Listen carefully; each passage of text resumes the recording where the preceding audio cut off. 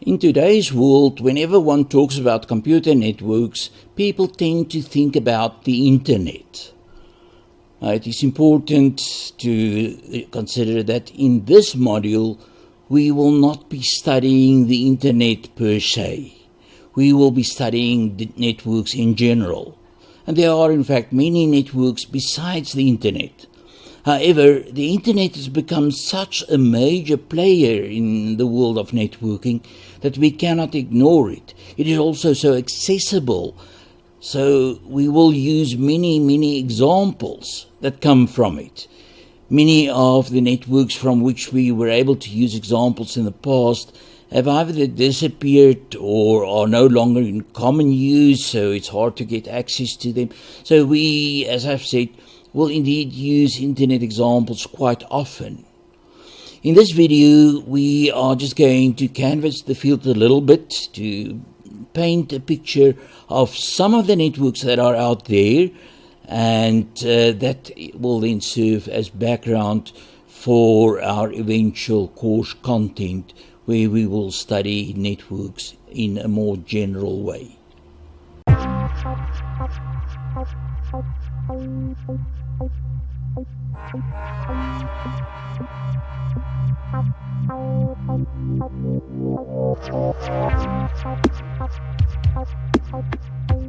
We are going to talk about networks that are not related to the internet or not necessarily related to the internet. One of the first examples that comes to mind is the case where you have a dedicated line. Now, if, for example, you have a company and that company operates in a building, then you can install lines into that building in whatever way you want to, and you can run whatever network you want to on those wires. There's no problem with that. In fact, if you have more than one building, to take the connection out to the next building and the next building is not a problem. One of your challenges is that there are some public facilities, like public roads, that you are generally not allowed to cross with your private cables. So the moment when you find yourself in that situation, you can no longer just buy the equipment and install it unless you can get the appropriate permission. In fact, what happens in most cases with a dedicated line is that you would lease it from a service provider.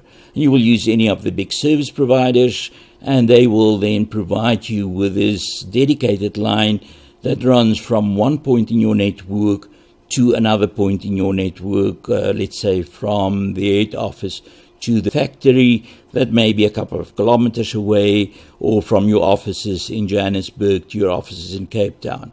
It's a dedicated line. Exactly how the service provider or the telecommunications company installs that and how they get it to function from endpoint to endpoint does not matter. They have to maintain it, but you as the user have that dedicated line, and you can just build whatever network you want onto it.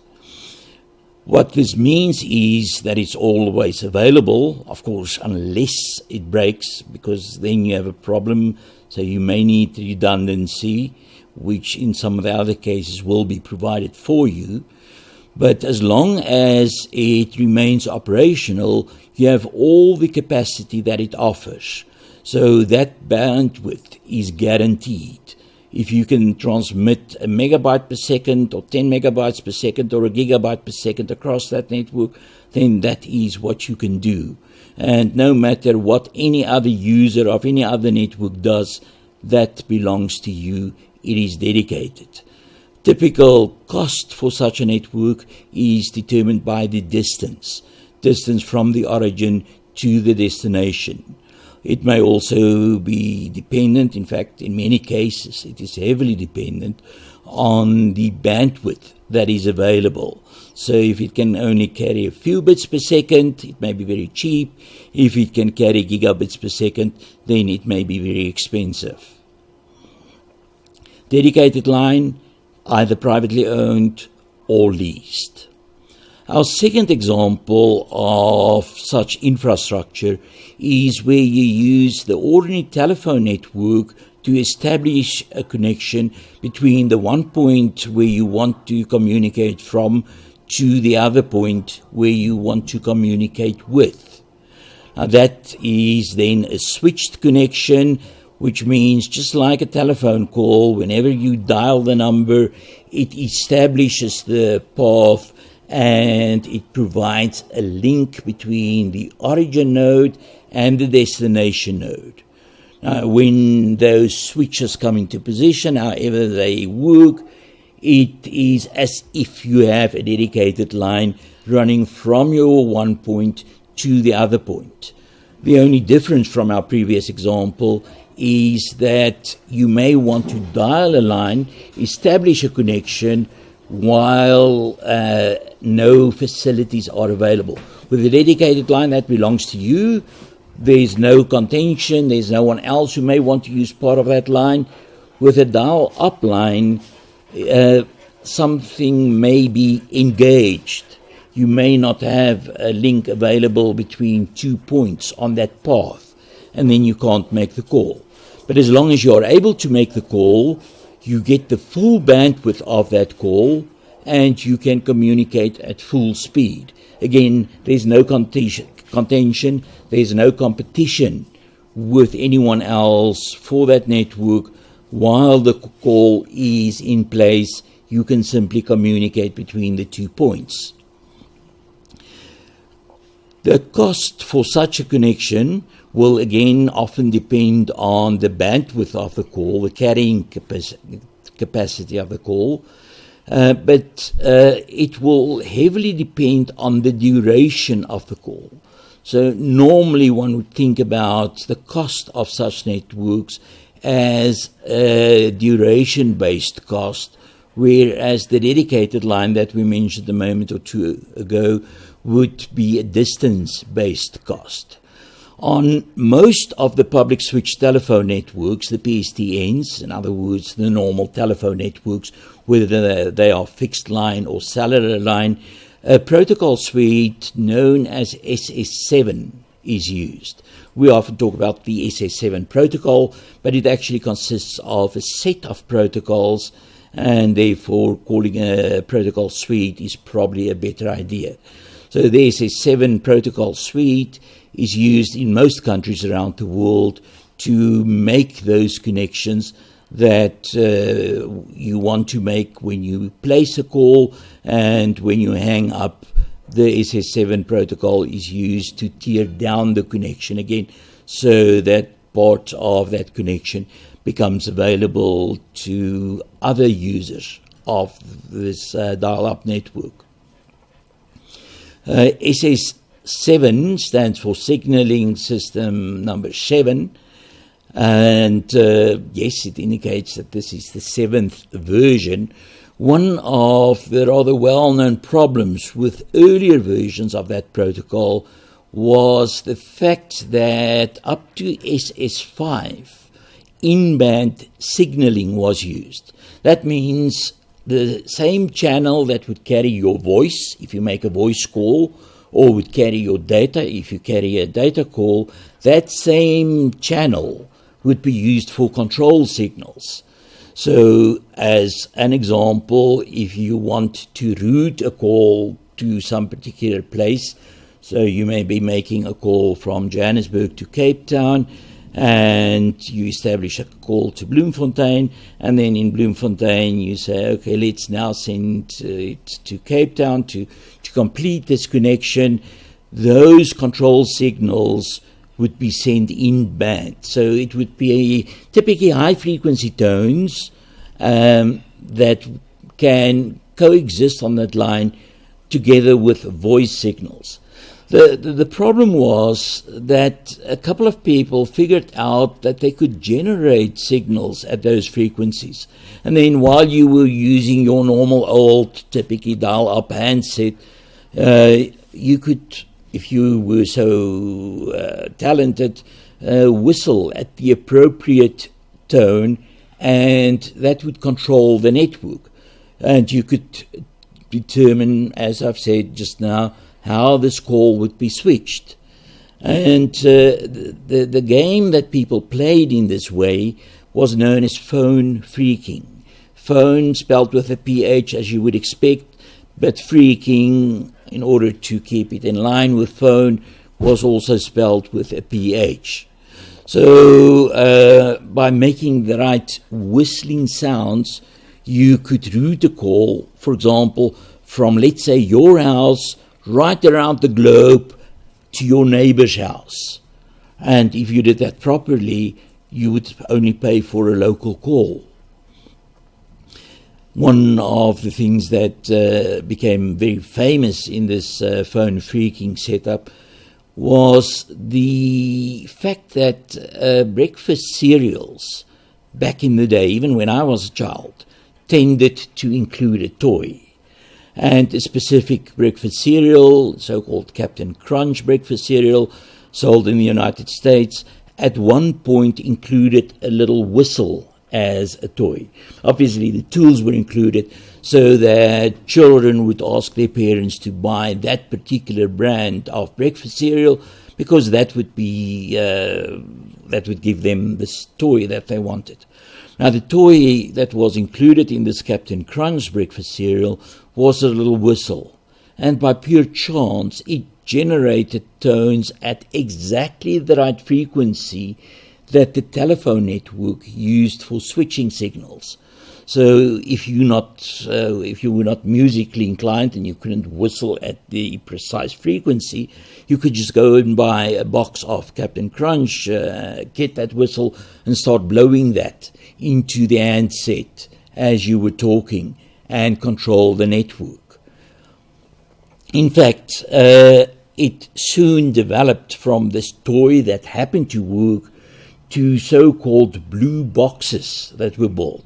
These were devices that hackers, I guess, built in order to manipulate the telephone system. And one of the most famous blue boxes was the one that was built by Steve Wozniak and Steve Jobs, two people who later went on to establish Apple. Back in those days, people probably didn't think that this was a crime or a misdemeanor or whatever. It was just having fun with the phone system, with the phone companies. I don't know whether the phone companies will still see this as harmless fun. But yes, if you were a serious phone phreaker, you could buy the blue box from some other hobbyist who manufactured it for you, and then you could start routing your calls. As I've said, this was true up to SS5. In SS7, that vulnerability has been removed, but a lot of other vulnerabilities have since been discovered and are pretty well known in the community. One of the challenges for us in a networking course like this is that we don't have access to the SS7 protocol, so it becomes really hard to use it for examples. Just as an aside, to solve that problem that they had with the whistling and with the blue boxes was that they started using 2 channels per telephone call.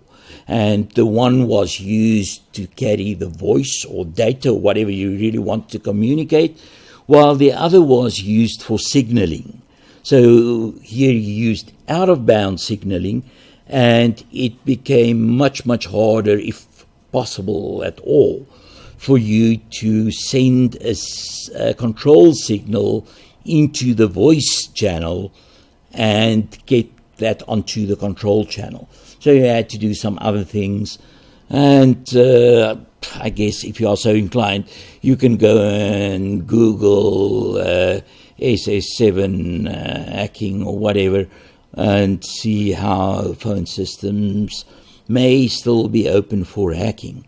But this whole public telephone system works without the necessity of the internet, and it is an entirely different network.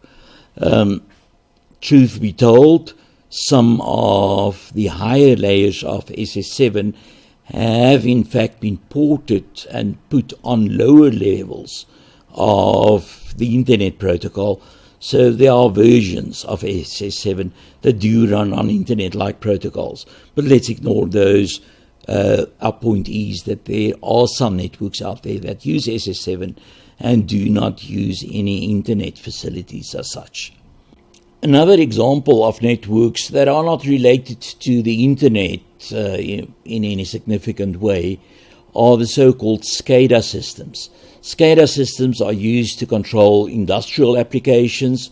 So it could, for example, control the equipment in a factory, or it could control the power generators in a power plant, as another example.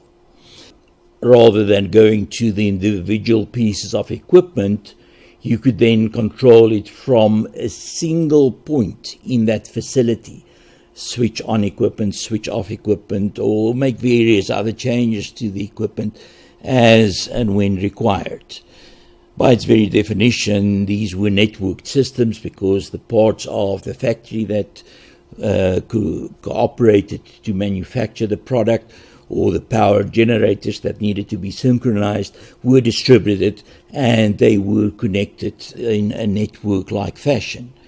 The emphasis here was on control rather than on networking, but still we are talking about network systems. As a final example here, let's talk about the X25 networks. X25 networks were also standardized by the ITU-T, International Telecommunications Union, and specifically its technical committee.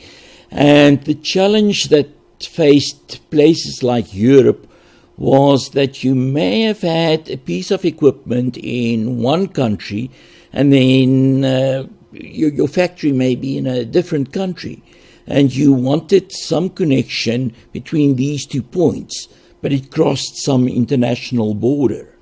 And because it crossed some international border, there was no single service provider from which you could get a leased line, and obviously you couldn't install your own equipment across international borders. So X25 was a packet network, a packet-oriented network. Information was broken up into packets, and then the packets were transmitted. And this provided you with a facility where you could put your network traffic into the network at some point. It would be routed using X25, would even be routed across international borders without problems, because this was an international standard, still is an international standard. And in this manner, you could get a dial-up service that was intended specifically for packet switching and was intended specifically for data communications.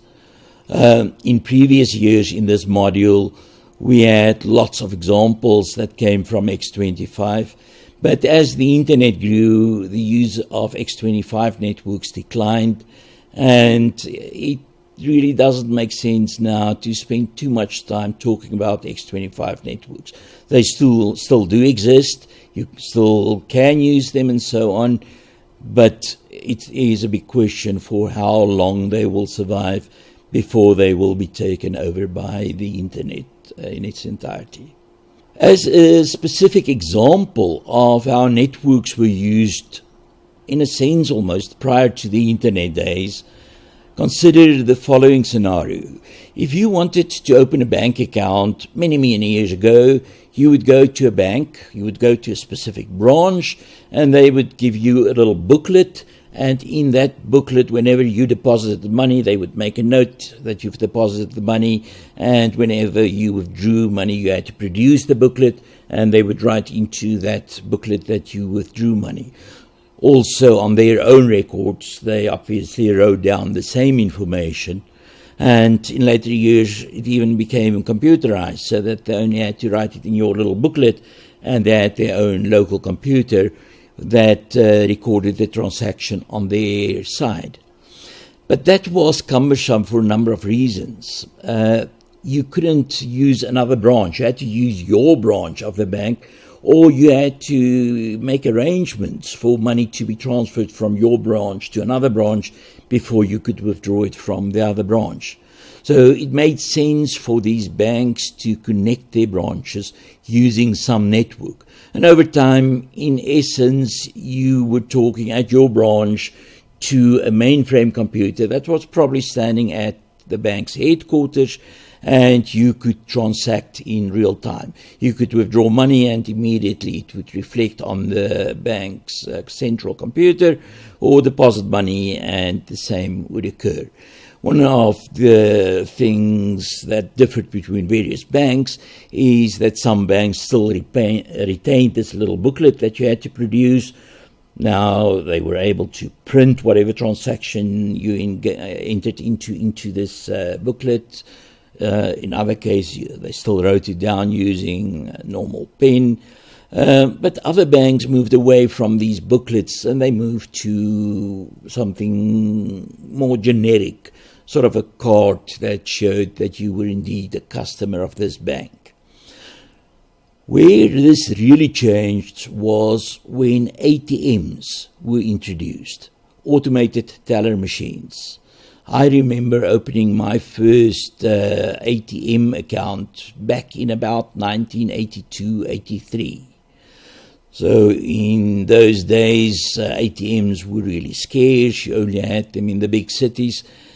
And even when you opened an ATM account, you even got a demonstration of how this machine worked, because this was all very new technology and very strange that you didn't have to go into the bank to transact. Challenge with these ATMs, as I said, they were typically scarce, and the challenge was that you had to use your own bank's ATMs, because your bank was only networked to its own ATMs. But then in South Africa, a couple of banks got together, and in a world first, they said, let's interconnect our systems so that our customers can use ATMs from other banks. Yes, you probably paid for that convenience, but since ATMs were scarce, it made sense. It gave you the access, and for the banks, rather than installing ATMs all over the place, they could install a few and use the ATMs of other banks to provide services. Now, you can just imagine how scary this must have been, because up to this point, banks were really connected to their own branches and their headquarters. That's where their network was used. Now suddenly the network ran to a central party, and this central party was connected to other banks. So indirectly, these various banks were connected to one another.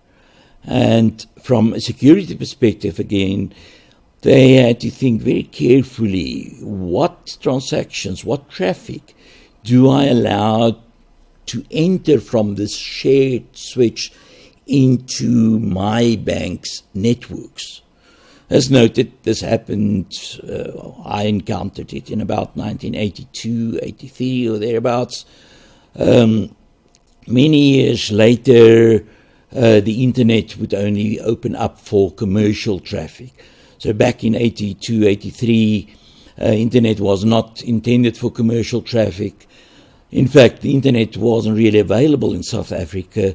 I got my first internet email address in 1989. And why I got it, why I was privileged to get it, is a story of its own. South Africans in general were not members of any internet community. And there was this one person who really believed in freedom of speech, and through his goodwill, some of us were able to access the internet. And suddenly we had the world open in front of us, and we were able to send emails around the globe on this, back then, really scientific academic network. Late 80s, early 90s, we were there, we could talk, but it was very, very limited. In the previous video, we pointed out that Amazon, as a bookstore, as one of the big names, only opened its doors in 1994. We also can boast that one of the South African banks, Nedbank, was, to the best of my knowledge, the fourth bank in the world to connect to the internet, to provide internet banking to its customers. So this was a new world to explore. In fact, I spoke to an executive from another bank who said over his dead body will his bank connect to the internet. I guess he passed away because that bank, like any other bank nowadays, is connected to the internet. This brings us to the end of the second of our preface videos. Videos that are intended to set the scene, to, in a sense, manage expectations about what you will encounter in the module. The primary message was that there are multiple network technologies that exist out there and that are being used actively. One needs to think about them, one needs to take note of them. However, very often it's hard to find accessible information about them. So what we end up with is the internet as the most accessible network, the network that is the easiest to use in demonstrations, the easiest to use as examples, and so on. So given a bank, if you want to keep electronic customer records, then it means that you will somehow pay money into your account, and that will at some branch, and that transaction will then be sent through some network